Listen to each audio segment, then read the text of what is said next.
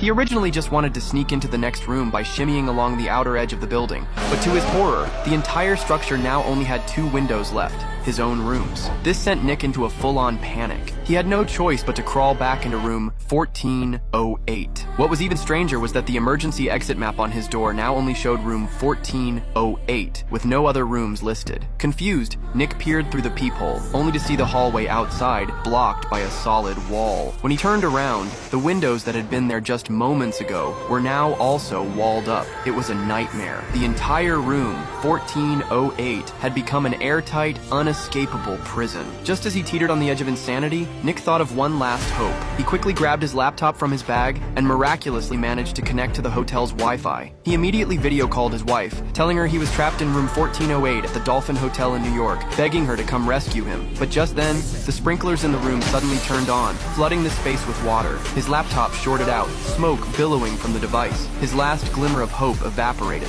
The water continued to rise, and in a fit of rage, Nick grabbed a hanger and smashed the sprinkler system, stopping the water. That's when he spotted the ventilation shaft above.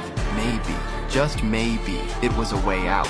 He climbed onto a chair, removed the vent cover, and began to crawl inside. But after just a few steps, he found himself face to face with someone, a figure who immediately started chasing him. Fortunately, Nick was fast enough, managing to escape back into the room just in time. But then, the temperature dropped dramatically. Within seconds, the entire room was coated in a thick layer of frost, as if it were winter. The air conditioning had failed, and with no other options, Nick lit a fire with his lighter on the hotel floor. As he finally accepted the hopelessness of his situation, something unexpected happened. The broken laptop came back to life. Through the crackling device, Nick could hear his wife's voice urgently calling for him. She asked why the police had visited room 1408 at the Dolphin Hotel, but found it completely empty. Nick was on the brink of losing his mind. He knew his wife wouldn't lie to him, but this room, this whole situation, it was beyond anything he could understand.